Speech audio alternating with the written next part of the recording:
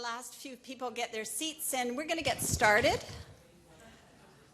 My name is Joy Johnson, and I'm the Vice President Research and International here at Simon Fraser University, and it is indeed my pleasure to welcome you all to this event and to Simon Fraser University. I'd like to begin by acknowledging that we are privileged to be meeting tonight and to have this campus on the traditional territories of the Coast Salish people, the Musqueam, the Squamish, and the Tsleil-Waututh. I'm really pleased to be here for this fifth lecture of the fall 2017 President's Dream Colloquium on Women in Technology, Attracting, Retaining, and Promoting Diverse Talent. I've had an opportunity to meet with some of the students. It's so great to have industry partners in the room and to have members of the public joining us as well. This is a great opportunity to talk about the important issues related to women in technology. The Simon Fraser University Dream Colloquium was launched in 2012, and it really is to create a forum for interdisciplinary engagement amongst our Simon Fraser University students, faculty, and staff on themes that really are of interest across the university. The colloquium includes a combination of public lectures and in-class teaching on both the Burnaby and the downtown campuses. This semester, there are students from so many different areas. It truly is an interdisciplinary class who are enrolled in this colloquium. And it's providing them an opportunity to learn not only from faculty members and guest speakers, but I think also really importantly from each other. The Dream Colloquium comes highly recommended by its former students who've described it as, quote, the field school without having to leave the campus, and a great learning environment filled with eager students. By fostering interdisciplinary dialogue, nurturing advanced research, and promoting a supportive learning environment, the Dream Colloquium reflects SFU's vision to be Canada's engaged university, defined by its dynamic integration of innovative education, cutting-edge research, and far-reaching community engagement.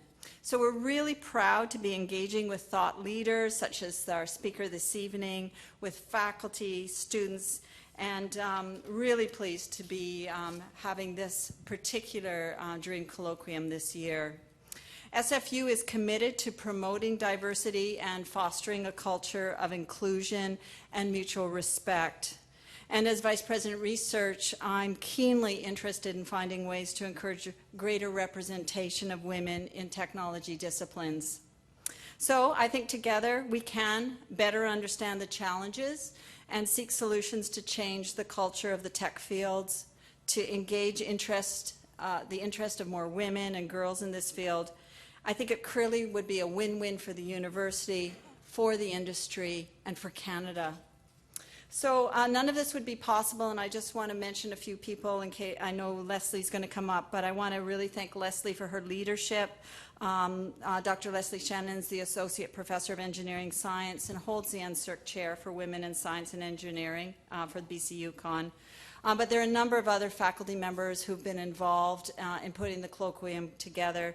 Dr. Carolyn Sperry from the School of Mechatronics, Natalie Sinclair from the Faculty of Education, Jennifer Marchbank from the Department of Gender, Sexuality, and Women's Studies, Anne Laverne, Computing Science, Dr. Stephen Wright from the Department of Psychology, Sarah Lubeck from the Beatty School of Business, Dr. Kara Kavanaugh from the Department of Physics, and Dr. Lynn Bartram from the School of Interactive Art and Technology.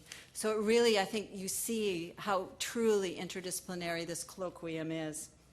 So with no further ado, I'm going to invite the colloquium chair, Leslie Shannon, to introduce our speaker for this evening. Leslie.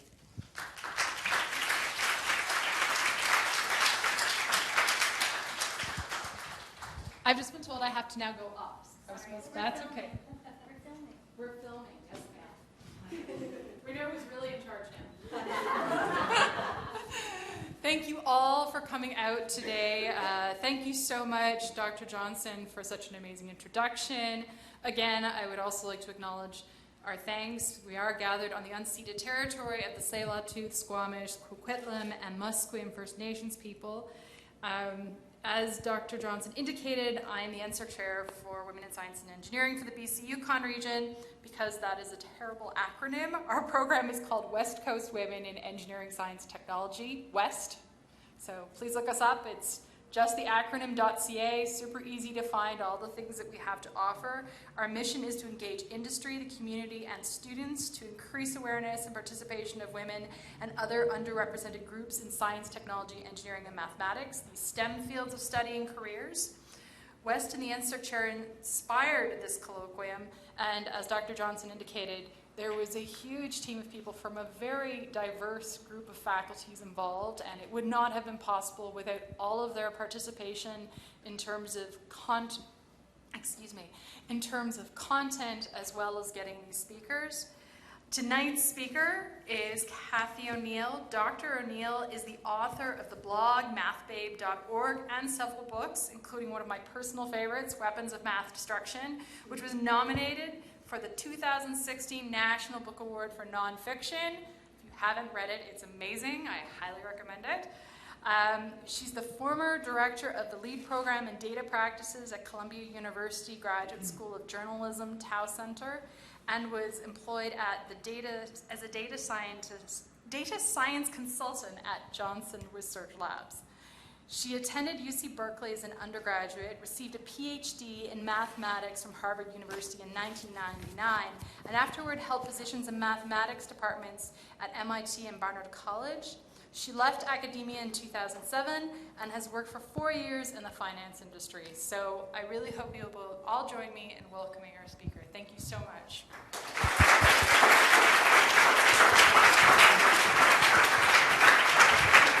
Thank you. Thanks so much. Wow, that's a lot of introduction. Okay, so I don't have all that much time, and I want to leave time for Q&A, so we're going to start. Big data, AI, deep learning, machine learning, all those buzzwords, they're presented to us as fact. We're supposed to trust it because it's objective, it's unbiased, it's following the data. Data's supposed to be perfect. I learned the hard way in finance that this is bullshit. Do you guys remember the mortgage-backed securities from about 10 years ago? Well, at the very heart of that lie, and there's a lot of corruption and greed that goes along with this, but at the very heart of it were AAA ratings. Those were mathematics models, mathematical models, and the people that were labeling things AAA, which was supposed to imply safe investments, knew that what they were doing was a lie. And when anyone asked, they would say, oh, it's math, you wouldn't understand it. That's weaponized mathematics. And as a mathematician, I'm ashamed of it. But as a citizen, I'm blown away by how much damage could be done by an algorithm. I left finance in large part to get away from that because I felt like I was complicit. And I joined Occupy, actually.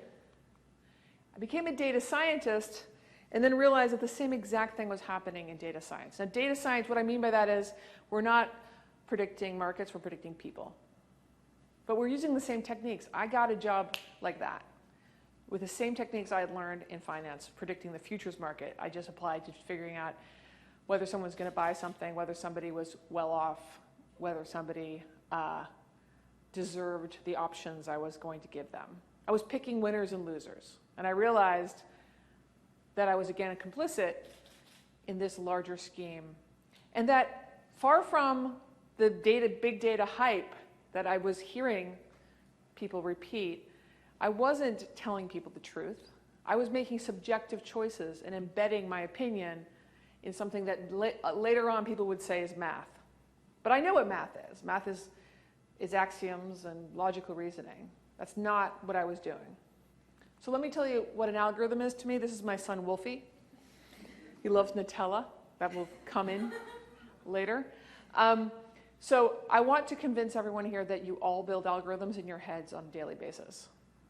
When you decide where to go to college, when you decide what to major in, when you decide where to go to dinner, when you decide what to wear that day. What you're doing is you're using information that you've accumulated in your past to make a decision on what will be successful for you. So you need data and a definition of success. So, for example, I make dinner every night for my family. The data I use on a daily basis is the ingredients in my kitchen. I already lied to you because I do not use all the ingredients in my kitchen. My 2 teenager sons love ramen noodles, and I don't think that's real food. Those little packages, I mean, real ramen noodles are real food, but so I curate my data to what I consider appropriate and relevant. And that's what everybody does when they choose the data. They decide what's relevant. Then second of all, after dinner is eaten, I look around and decide whether it was a successful dinner. I define success as whether my kids ate vegetables. Now, my son would not define success that way, right? But 2 things. First of all, I'm in charge, so I get to decide success. That's a really important point. Whoever is in power, whoever builds the model, is empowered to decide what success looks like. And then to hide it from people by saying, dude, it's a mathematical algorithm and you wouldn't understand it. Second part is that it really matters how we define success. Because it's not just one meal. I optimize to success every single night. So I'm much more likely to make a meal that looks like a meal that was successful in the past. That's what we do when we build algorithms. What are the sort of initial conditions that led to success in the past? I'm going to start with initial conditions as close to those as possible. That is what we do when we train algorithms. I don't care about most algorithms, and I don't think you should either. So nobody here cares about my dinner algorithm. Maybe my kids do, but nobody here does. And I don't care about most algorithms. Most of them are benign, but some of them are not. And I really want to focus on them. They're called weapons of math destruction. They are widespread, by which I mean they're making important decisions for a lot of people. Important as in how much do you pay for insurance? What's your APR for your credit card? Do you get a job? Do you go to prison? Things like that matter, okay? And when I say they make decisions, that's also a lie. They don't make any decisions. Humans make decisions, but humans rely on these scoring systems. And they're almost always scoring systems. And they're mysterious secret scoring systems. People who are being targeted, being scored, don't understand their formulas. They sometimes don't even understand that they're being scored. They often don't understand that they're being scored. And in any case, they can't appeal them because they don't understand them and they're secret, even though they're making important decisions for them. And finally, they're destructive. They're unfair to individuals. And they're unappealable because of the secrecy. So people are really losing out on options that they deserve, opportunities they deserve, jobs they should have, because of these secret, unappealable, important algorithms. And as an observation, most of the weapons of math destruction that I locate, and each of the chapters in my book basically is an example of a WMD, isn't just destructive at the individual level, but actually creates a feedback loop at the society's level that destroys usually what it's attempting to fix. So it's a really sad situation. Let me give you a really quick example. And I want to focus on gender because of the context of this talk. So this is about school teachers, which are majority women. In fact, I looked it up that the most common job for women in the United States anyway is secondary or primary education. So it's very, very much an issue for working women. And this is a tool of oppression that I'm going to tell you about. It's called the value-added model for teachers. And the idea was to close the achievement gap. In the US, that we care a lot about the achievement gap, which is the different distance between average standardized test scores between rich kids and poor kids. Sometimes it's a racial achievement gap, but let's talk about the income achievement gap. And the idea is that it's getting bigger, which is true. But by the way, it's not getting bigger because poor kids are doing worse on tests. They're doing better on tests over the last 50 years. But richer kids are doing better faster. So the gap is getting bigger. I should say that the gap exists throughout time, whenever it's been measured, throughout place, wherever it's been measured. And you could make the argument that the gap is, in some sense, a measurement of inequality itself. But we're going to ignore that because that's what politicians have done. They've ignored that, and they've said, let's get rid of bad teachers, and the achievement gap will go away. Nobody can make the argument we shouldn't get rid of bad teachers, right? Seems pretty obvious we should. So this entire movement is called the Teacher Accountability Movement, was focused on finding bad teachers and then getting rid of them. And the first generation of finding the bad teachers was completely dependent on the test score of these students. And it was really, really stupid. And here's what it was. A teacher is defined to be a bad teacher if a lot of their students didn't do well on the test. They didn't pass a certain proficiency level.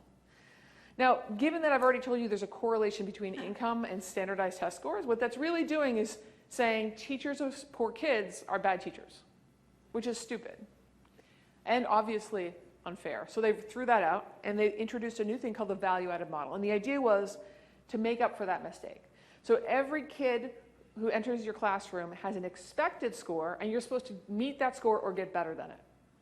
And the extent to which you improve upon that expected score is your value added. So if you're expected to get a 70 but you get a 75, I get credit for those 5 points if I'm your teacher. If you're expected to get a 75 but you get a 70, I get dinged for 5 points. Does that make sense, everyone? Okay, a couple problems, lots of problems. First of all, it's really hard to calculate the expected score, and there's a lot of uncertainty. There's an expected score algorithm there. Second of all, your actual score has uncertainty too. Think about if you didn't sleep well, if you didn't have breakfast, if it was hot out and there was no air conditioning, or if the test was harder that year. All reasons that the actual score might change. You're taking the difference between two uncertain numbers that's even more uncertain. In fact, that's called the noise term in the original expected score model, the noise term. And then I have a class of 25 kids, not hundreds of thousands of tests, like an A/B test on a Google advertisement. Did the background look blue or green?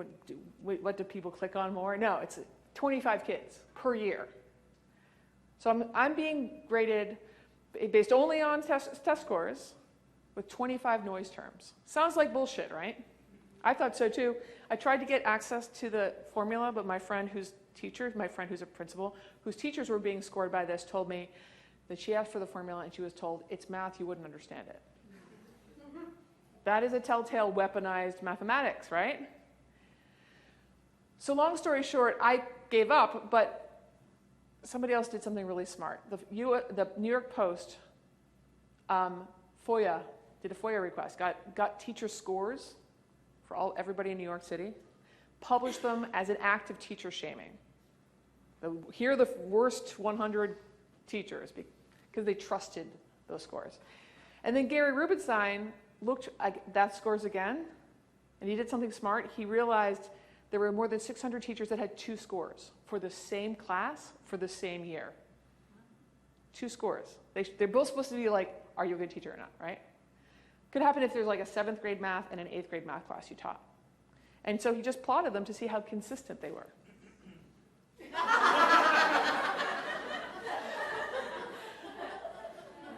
It's almost random. It's almost a random number generator. They didn't stop Sarah Wasaki from getting fired for her value-added model score.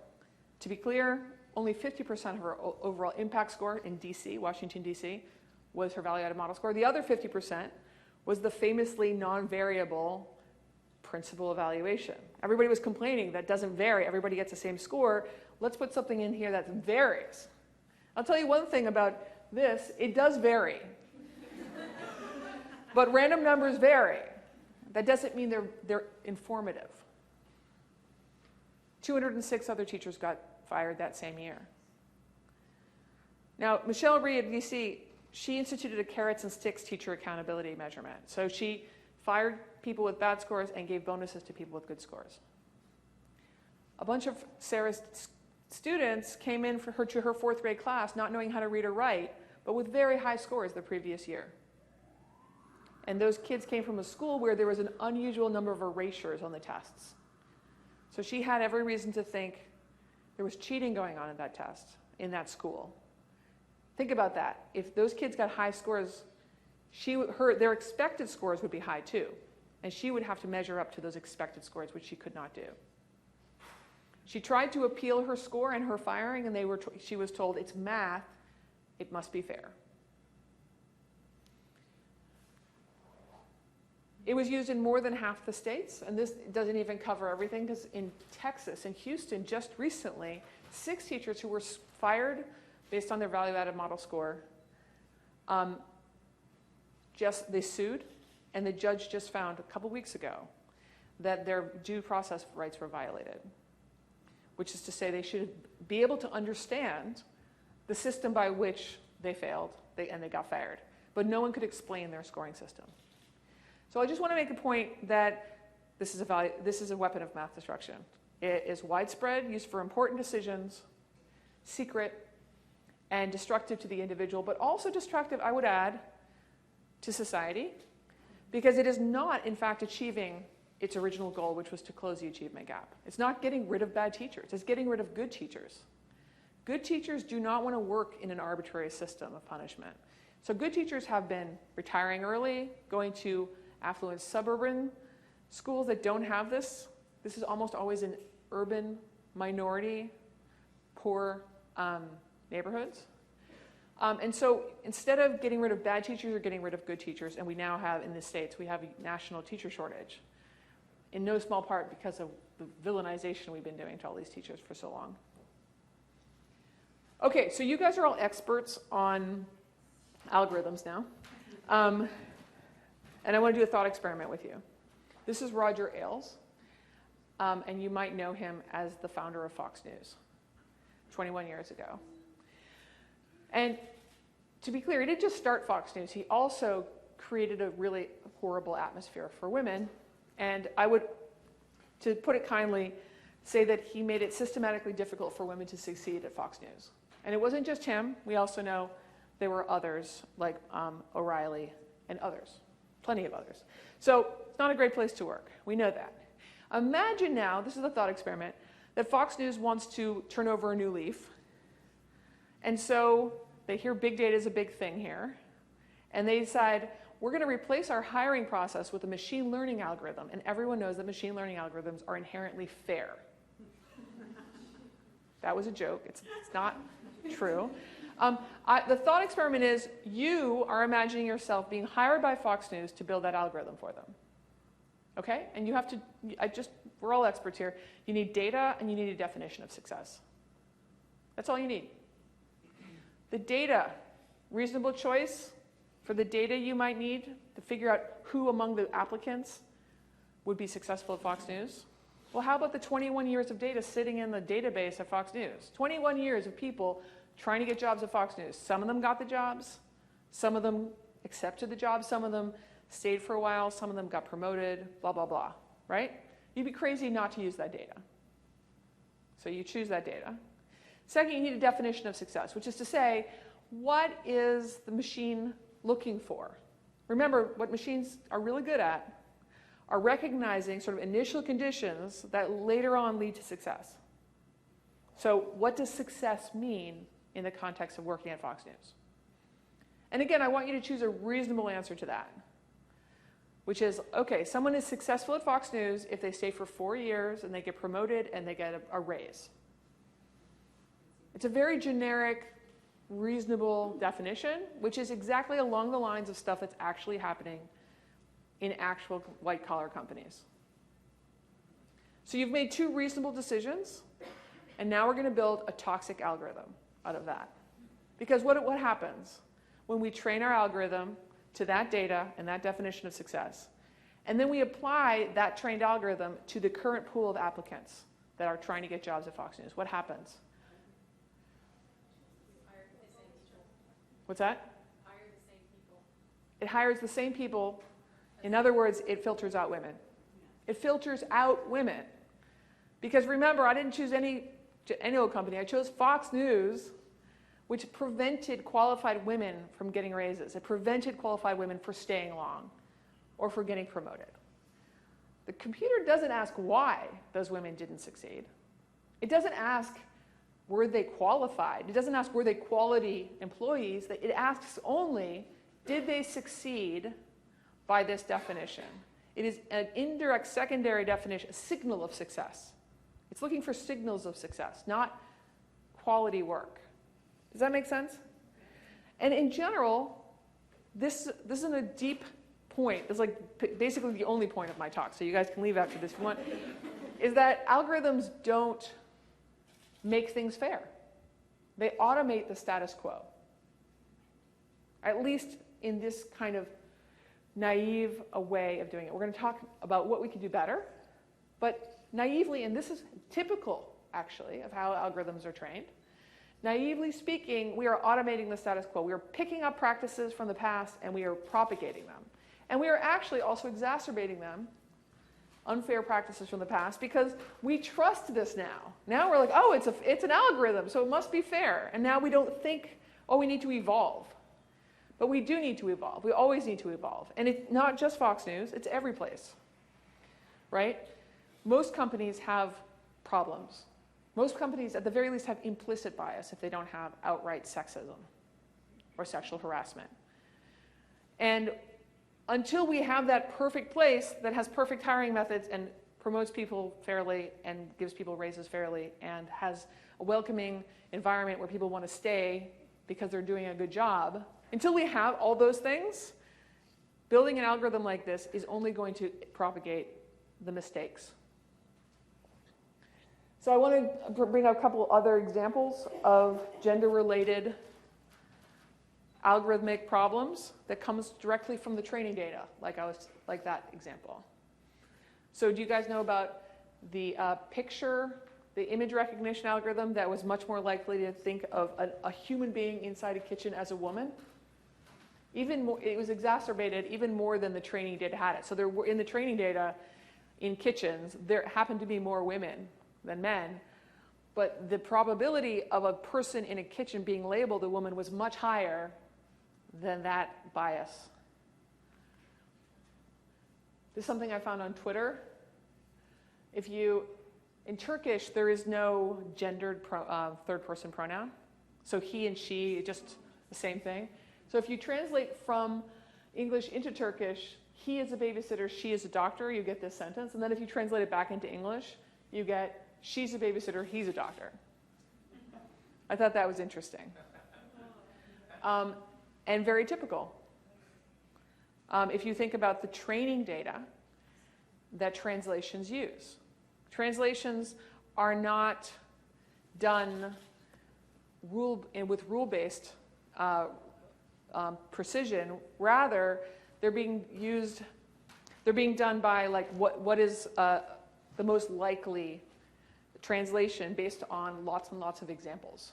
So similarly with Google, like spell check or word completion, that's not being done because it knows, it has a dictionary and knows how to spell the thing you're trying to spell. That's not how it's done. It's being done by just learning that people who first misspell this word then spell it correctly afterwards, and it learns that. So it's much more like an experiential learning than it is rule-based learning. Does that make sense? So I want to give some good news. This is a curtain. And I keep on coming back to this. This is supposed to represent the curtain that was introduced in orchestra auditions. Now, if you know about orchestras auditions, they had a known problem a while ago, which is that they were nepotistic. They also had not very many women, but they didn't think of that as a problem. So what they decided to do was to stop nepotistic in the sense that a lot of the sort of students of the friends of the conductor would be hired to be in the orchestra. So it was like student, not actual family, but similar to that. And so what they decided to do was like blind the listeners from the people auditioning by putting a curtain in there. At first they did it, the curtain wasn't very low, so they could actually see the shoes. And they realized, oh, we can tell if it's a man or a woman based on the shoe. So they actually lowered it to the ground. And then they did it, and then they were like, wait, we can still hear people walking in with their instrument, and we can hear if it's high-heeled or not. So they actually added a rug in some of these places. So I don't want you to think that it all worked. It was iterative. It was iterative, like how do we actually do this right? And then what happened was they got rid of nepotism, and the number of women went up by a factor of 5. So 2 things. First, what they did was, instead of looking at indirect definitions of success, like who got raises, who got promoted, who stayed for a long time, they decided what they cared about. What quality makes you qualified? What's a good person in the orchestra? That is the opposite of big data. Big data is throw data at the wall, see what happens. What are the patterns that are emerging? Here's the other thing they did. Besides deciding what quality is, they decided to ignore everything else. To only care about quality and ignore everything else. Also the opposite of big data. Big data relies crucially on proxies and on correlations. And that is a problem for people that signal with their incidental data that they are not the standard model of success for that field. And that there's been plenty of evidence of that. I wrote up a piece for Bloomberg about a Harvard Business Review thing where they had summer internships at law firms, and for some reason these summer internships ask for information about your hobbies in high school. So they had names that some of them were black sounding, some of them were white sounding, some of them were women, some of them were men's names. And then they also sort of coded class signals based on those hobbies, like I played polo, I was in basketball, and they found exactly what you might imagine. The only thing that was surprising was that there was like a tax on women, like well-off white women. And their theory was that it was because they were expected to like join the law firm and then quit when they had children.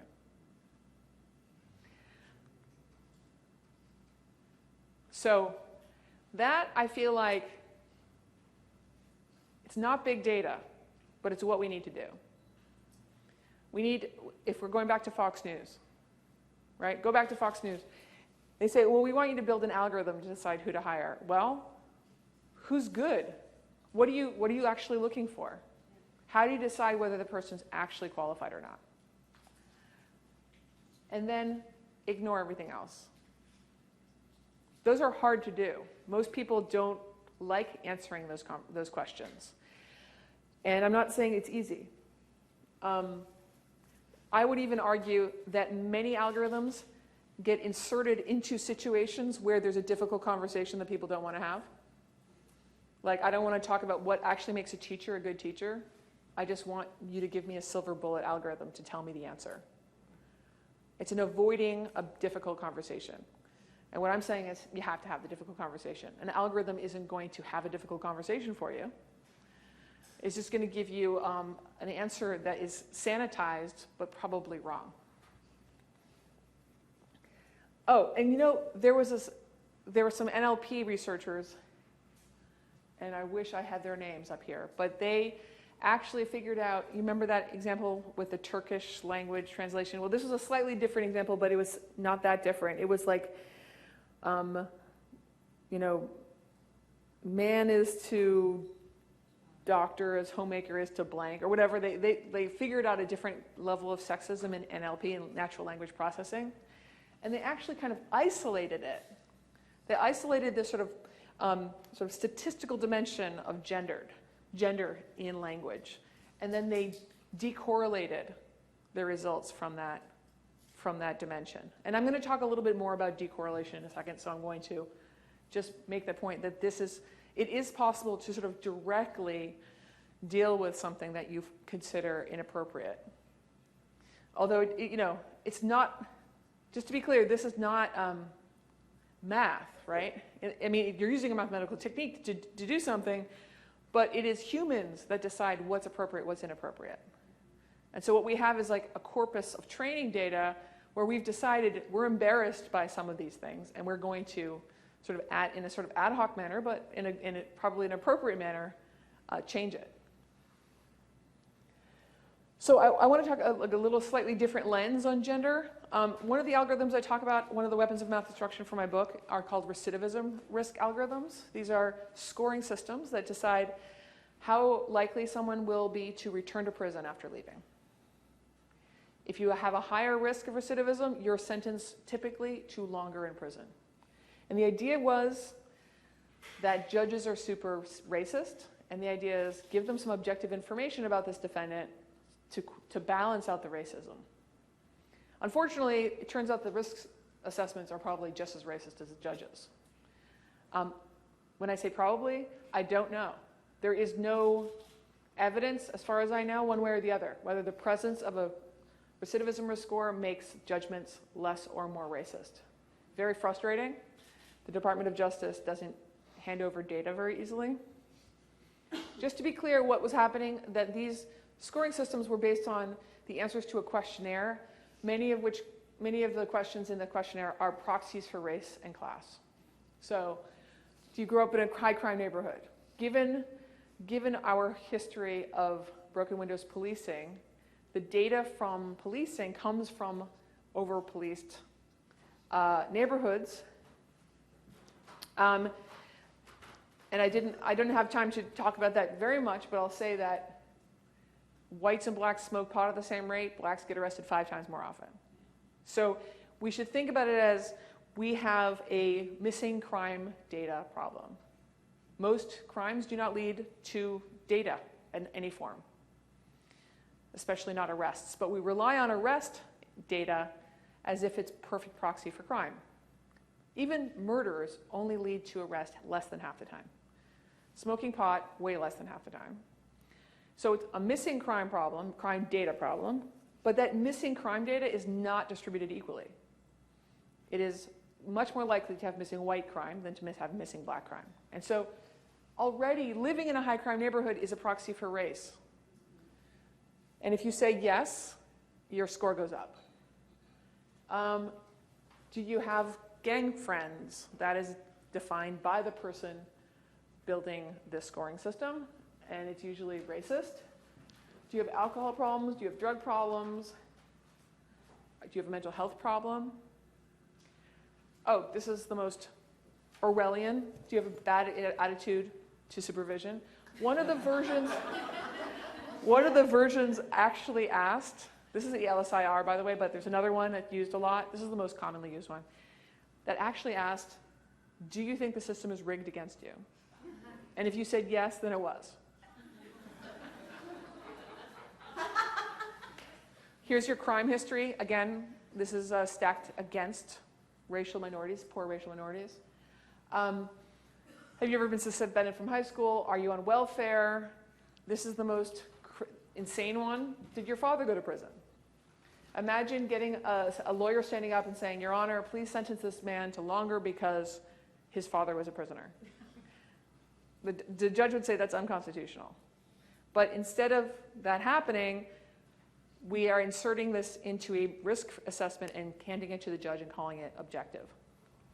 Here's just a graph showing you that suspensions from high school is a proxy for race. But all of these things are. That's my point. This is a weapon of math destruction. It's being used in half the states. It's making important decisions about people. It's secret to the people who are targeted. It's unfair. And it creates the most pernicious feedback loop of all, because getting a higher score sends you to prison for longer, which never helps anyone get a job or maintain close family ties with their community. They end up back in prison.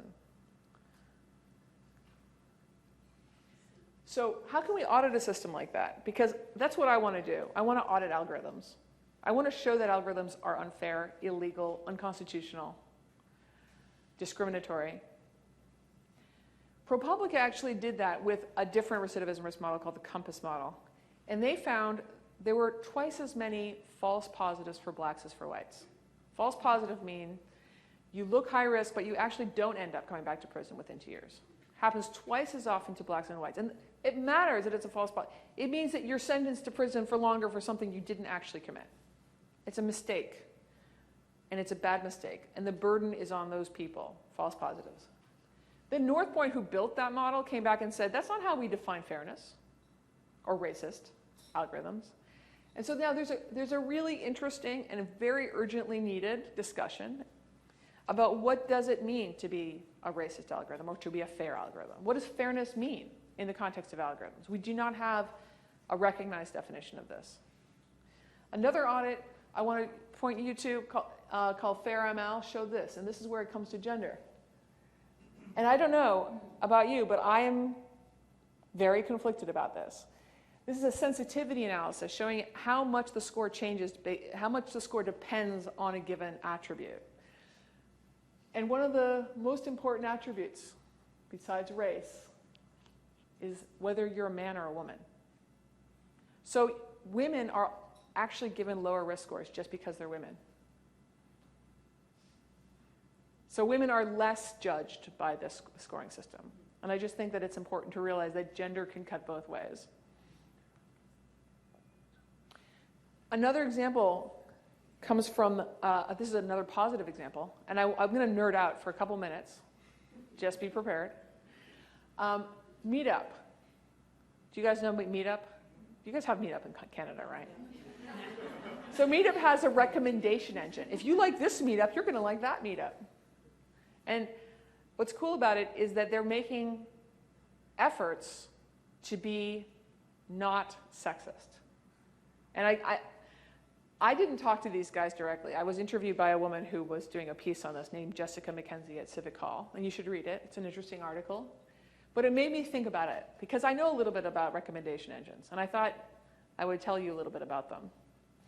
And this is from a talk I gave called How to Build Your Own Netflix from a few years ago.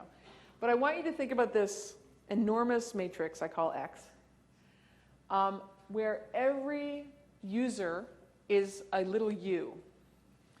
And so if you're a Netflix user, you're like, this is your row, okay? This is your row, 4424 something, something, something. And the items, which happen to be movies for Netflix, are little v's. And those numbers are your scores for those movies. The higher, the better. It's the number of stars you would give that movie if you saw it. Does that make sense? Now, it starts out that they don't really have all that information. It's a very sparse matrix. That's why you don't see stuff everywhere, right? And they want to fill it up with numbers, best guess numbers. That is basically what a recommendation engine is, right? Does that make sense, everyone? Yeah.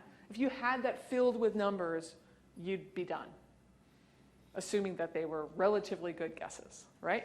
So the standard approach is, or at least an approach, and I'm not sure Meetup is doing this. So this might be a different thing than Meetup does, but it might be similar to what Meetup does, is it use something called singular value decomposition, which is a linear algebra thing, where it just sort of imagines X as a product of three different things. And the thing on the left is what we can call the user information. The thing on the right is the item information, which in this case are movies, the movies information. And the thing in the middle, S, is a really interesting matrix. So I'm gonna start over again, and then we're gonna come back to this. And here's what I'm gonna start over again with. Imagine that you had 20 questions to ask people, and you had just yes or no questions. 20 questions. Actually, it doesn't have to be yes or no. It could be like a scale of 1 to 10, how much do you like blah? Okay? But you only had 20 questions you could ask. And you wanted to get as much information from those people as possible. Because after those 20 questions, they're going to ask you questions, and you're going to say, oh, you would like this TV show. Oh, you would like to go to that movie. Oh, you like this kind of phone. Does that make sense? And the reason I'm saying to imagine this is because the guy who explained recommendation engines to me worked at hunch.com, which did exactly this. It asked a few questions and then answered questions. Okay? And what he found was the number one question is, are you a man or a woman? That was the most informative piece of information for the rest of whatever. The most informative. And then the second most informative piece of information, and of course, obviously, there's problems with that because, gender fluidity and all that stuff. But like the second question that they would ask is, something like, do you like scary movies? And so the idea would be that you want to ask the most informative question that you don't already know the information of, and that is basically statistically independent of the first question. Okay? And then the next would be like, how sexy do you like your movies? Do you like sex scenes or not? So, and I'm trying to give the idea that that S here is really only going to be 20 by 20. X is an approximation of the original X that we had there. And then what is a user represented by? A user represented not by the scores on the movies that they can't care about, but the scores, really the answers to those questions. Okay, so if the first question is gender, the second question is how scary do you like your movies, and the third question is how sexy do you like your movies, then the first three numbers of the 20 numbers that represent me, I'm represented by just 20 answers to these 20 questions. Will be, I'm a woman, I don't like scary movies, I do like sexy movies. Does that make sense? Yeah. Now, on the V side, the items, each of those will be 20 answers for each movie. So the movie will be like, is this a movie that women like? But yes, if it's yes, then the number is higher than if it's no. And it's really just a number between 0 and 1. The second question is does this have a lot of scary stuff in it? Does this have a lot of sex in it? So there's a score for each movie along those same dimensions as there are the answers to each person's questionnaire. And if you imagine, and all that S does is it tells you how important each of these questions are relative to each other. So imagine that I love sex movies, and there's a movie there that has a lot of sex in it. Then if you multiply two big numbers, it stays big, right? And so it's going to up my score if my answer corresponds to that movie's score. And then you add up you're doing basically a dot product across all these answers versus scores for the movies. And at the end of that, all the movies now have a sort of like, how much will Cathy like this answer? And then they rank that by the highest to lowest. And then they get rid of the ones I've already seen. And the winners are the ones that are recommended to me. Does that make sense? All right, good. You guys are nerds. I love it. And K is the rank.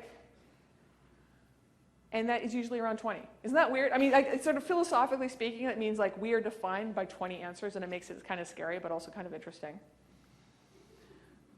So what did the meetup people do? What they did was they decided to remove gender from the signal. So in particular, I just highlighted, if you join a women-only tech group, we have chosen a model structure which won't recommend you topics that other women like, but rather ones that are related to the technical fields, the technical content. So what they're doing is they're kind of like taking out part of that summand, that dot product between a given answer and, and they actually explicitly make that first thing women, the gender thing. Does that make sense? And I think that's really interesting. And I'm making a couple of assumptions here that they're doing things along these lines, but I think even if they're not doing it, it's still kind of an interesting way of thinking about it. And this was in response to the fact that if left to its own devices, this recommendation engine, from someone like me, who I love nerdy stuff, but I also love knitting and cooking and women-only things, like I would not be ending up with lots of technical offers. Why? Because although I do like technical stuff, the technical stuff, think about is as an item now, it would be low on the women like me score, right?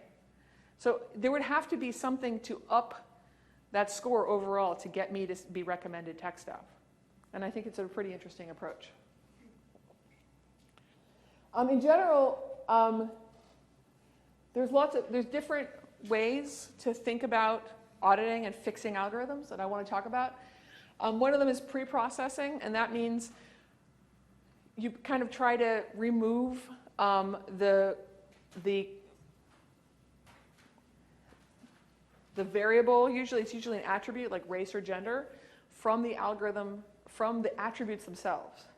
So just to show you what this isn't doing, like sometimes people who would build bad algorithms use the defense that, oh, well, we are gender blind or we are race blind, by which they mean we don't use gender or race explicitly. In fact, I have a story about this. I talked to a recidivism risk builder, a guy who built recidivism risk algorithms. He built it for a state prison system. And I said, do you ever use race as an attribute to decide something's risk? And he said, oh, no, I would never do that. That's wrong. And I said, well, do you ever use zip code? And he said, yes. I do that sometimes because it just makes it so much more accurate. And I was like, okay, so zip code is a proxy for race in our segregated society. And you know that. And second of all, what this is telling me is that you care about accuracy and even to the detriment of fairness. So anyway, I asked him, like, well, what about the people at this prison system? Do they ever tell you what you can or cannot use as an attribute? And he was like, oh, no, they trust me because I have a PhD. And I was like, well, in that case, do you ever worry about your algorithm and the ethical implications of it? And he said, oh, no, because I just build it and they decide how to use it. I was like, well, that's a perfect picture of a lack of accountability. It's like a perfect setup so that no one in particular is in charge of anything. So pre-processing, and pre-processing was what was happening with that sensitivity analysis I showed you with the recidivism risk algorithm. What they did there was they took an attribute, in this case it was race, or gender actually, we'll talk about the gender, and it said, let's decorrelate all the other attributes from that. Let's not pretend that we're gender blind just because we're not using gender. Let's actually take the statistical correlation out of all the variables and then build a recidivism risk algorithm with the decorrelated information. Does that make sense? That's a pre-processing technique. Post-processing means that you know that there's a bias, because you can measure it, and you want to adjust the scores at the end to make up for that bias. Now, in layman's terms, this is called affirmative action. And people hate affirmative action. They just hate it. Even if they know that there's an unfair bias that's being adjusted for, they hate it. And for that reason, post-processing is very much out of fashion. Then the idea is correcting for bias, I think, is something that we haven't really approached because most of the time it's so difficult. So many of the times, for example, when you talk about crime data, right? What that means is, you know, you're missing more white crime data than you're missing black crime data, but how do you actually correct for that? And the answer is, well, to correct for that, you actually need to build Bayesian priors, if you will. You have to build sort of priors. It's like, well, how biased is it? And you remember I told you that there's 5 times as many blacks being arrested for smoking pot as whites, even though they smoke pot at the same rate? That is literally the only ground truth I have in this entire field. Because think about it. People admit smoking pot, and then not getting arrested for it. It's not really stigmatizing to say, yeah, I smoke pot, I didn't get arrested. But people are going to be like, yeah, I murdered someone, but nobody arrested me. It's really, really hard to get ground truth. So it's very hard to estimate the bias and then correct for it. And then finally, let's say we can't correct for the bias, but we can still define fairness with the knowledge that we have bias. And that's one of my arguments for why I think this ProPublica approach of saying, we know this is unfair because there's a false positive rate twice as bad for blacks as for whites. And by the way, there's also a false negative rate twice as bad for whites as for blacks. False negative is you look low risk, but you actually end up back in prison. Okay, and that's biased the other way. And I feel like, given that we know the data is shit, like that's actually a pretty good definition of fairness, that the false positive rate should be the same. But no one's asked me about that. So I'm almost done. I just want to make a couple sort of remarks, and then I open it up for Q&A. I think there's a lot of problems here. One of the problems is that we have this thing called, I call the authority of the inscrutable. That people just, their minds close when they hear that there's math involved, and they feel like they are not allowed to ask questions, and they're not allowed to push back. And my message is that we need to learn how to demand evidence. But this isn't actually math, it's science. But it's not even science yet because we haven't demanded the testing that science demands. We do not have evidence. So when someone tells me I have this algorithm and it's doing an amazing thing, I'm like, well, what's the evidence that it's doing an amazing thing? Show me the evidence. Show me the evidence that it's fair. Show me the evidence that it's accurate, that it's statistically meaningful, that it's legal. How do you know it's working? You'd be surprised how few people who build algorithms ask this of their own algorithms. The other thing is, that it's not a huge coincidence there's like a white man behind here, that like the people building the algorithms do not actually fall prey to the burdens of failures. So I will say this for myself, that one of the reasons I needed to write the book 5 years ago is that I realized that I was once more complicit in building a technology that was hurting the world and that I would never suffer from. And for that reason, I'm not trying to say like I am personally damaged by these algorithms. I'm not. When I go online, I get offers of luxury yarn because I'm a knitter. Other people get preyed upon by, payday lenders or for-profit colleges.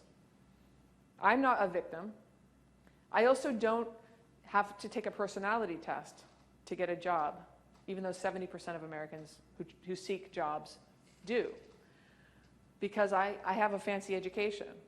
So the point I'm trying to make is like what we have is a workforce building these algorithms that do not suffer from them, and therefore don't relate to the people that are suffering from them.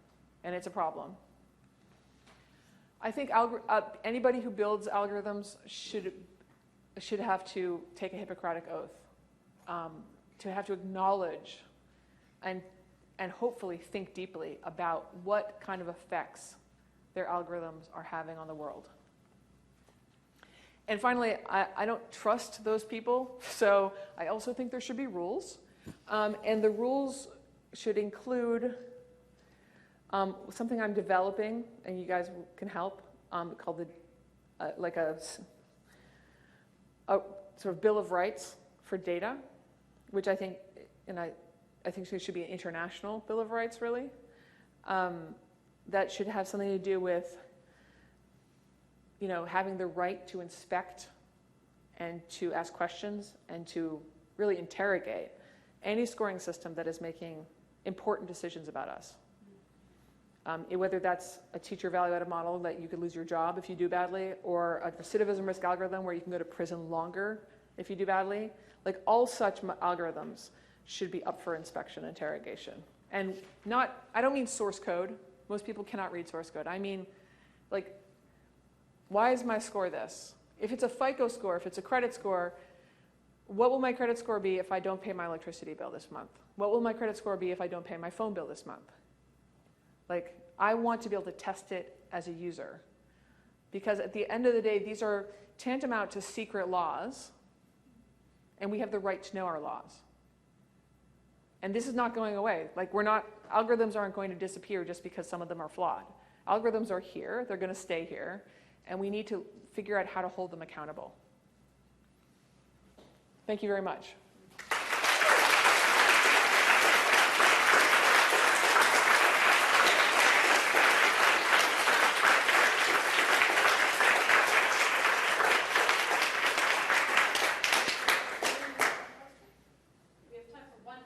Oh, that's it? Shit. I talked too long. I'm always tempted to say more, but some people ask very long questions. Okay. And then we'll see if there's a sense of brevity.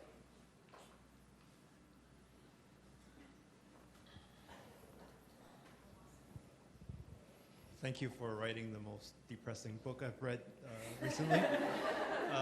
When you were saying that you can decorrelate, is there data that goes into decorrelation? What do you use to decorrelate? It's a great question. So when I say you can decorrelate data, it is very specific to the population that you're training on. So what I mean by that is, like, let's say you are training, you're training a recidivism risk algorithm on a population from Miami Beach, which is largely Hispanic. Just as a for example, like you would need to know all their attributes, including race, including all this stuff that you're going to use, and then when you want to decorrelate against race, it would change the information in the rest of the variables, the non-race variables, in a certain statistical sense. If you apply that entire paradigm to New York City people, it would be a different act. Decorrelating their attributes would be a different act because they have a different population with different attributes. And that might sound weird, and it is a little bit weird. But on the other hand, what you're saying is that fairness depends on context, and it depends on the population. And what's fair in this population might not translate necessarily. And that actually is true, if you think about it. Hope that answers your question. One more short question. That was great. I like that.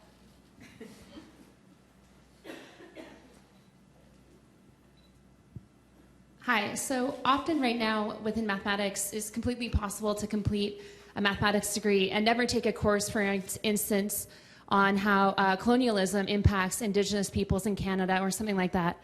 So do you think that our educational locations have the responsibility to improve the breadth of mathematics, computer science, and those types of degrees to perhaps improve these algorithms in the future? I mean, so I'm actually writing an op-ed that's supposed to be published next week in the New York Times about the academic responsibility for challenging technology, big tech. And I make the case that we are doing very little as academics, and I'm not an academic right now, but as academics, I'm looking around, I'm seeing data science institutes everywhere. None of them care about ethics because they, or at least I think what it is window dressing. Because essentially what they want to do is pair up, incubate with like Microsoft, Google, Facebook, et cetera. They want jobs for their master students in those companies, blah, blah, blah.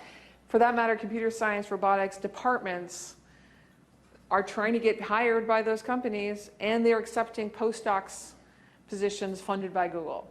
And it's everywhere. And the lobbying by the big tech firms is outrageous. And I could go on. So I'm a mathematician. Mathematicians are artists. We think abstractly. We think about beautiful things. So in some sense, why do we need, if that's our job, like why do we need to know everything about everything, right? At the same time, I talked to my friends at Caltech a couple days ago who are math professors who think about art, who are beautiful mathematicians.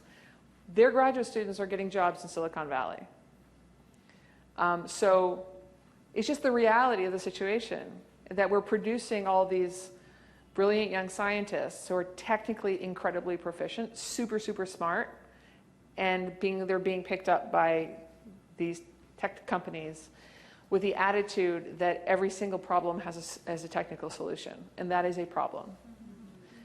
It's called solutionism, and Evgeny Morozov came up with that term, and that guy's a douchebag, but it's a great word. It's a really great word, and we need to fight solutionism. And ethics is the way to do it. So at the end of the day, it's a crazy thing as a mathematician to say that mathematicians should be forced to take the ethics class. I mean, maybe what we need to do is develop a sort of professional society for data science, and like have, you know, like accounting has, or what are those called, actuaries have, you know, where you have to pass, you're not accredited until you've done certain things. And then, so that would be sort of taking it outside the paradigm of academic directly, and then say, like, you really should hire people who have this degree. And I don't know what the model should be exactly, but it right now is not working. Okay. Let's first thank our speaker.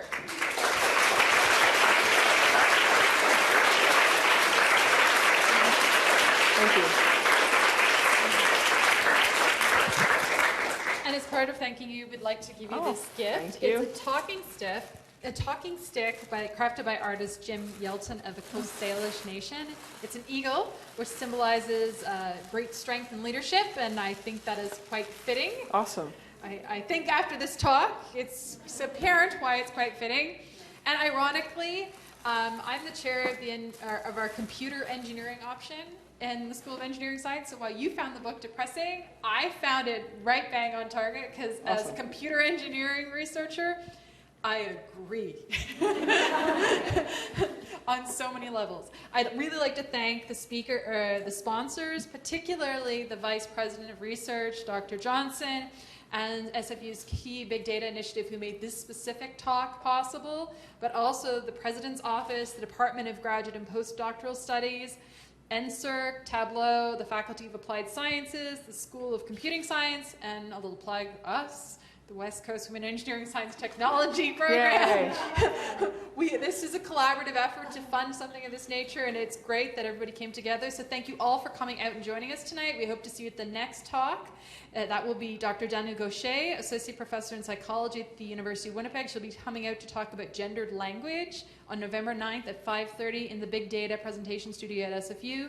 Please join us afterwards. There's a reception outside. There'll be lots of food. Go enjoy. Please eat. Thank you so much. And thank Cathy. Thank you.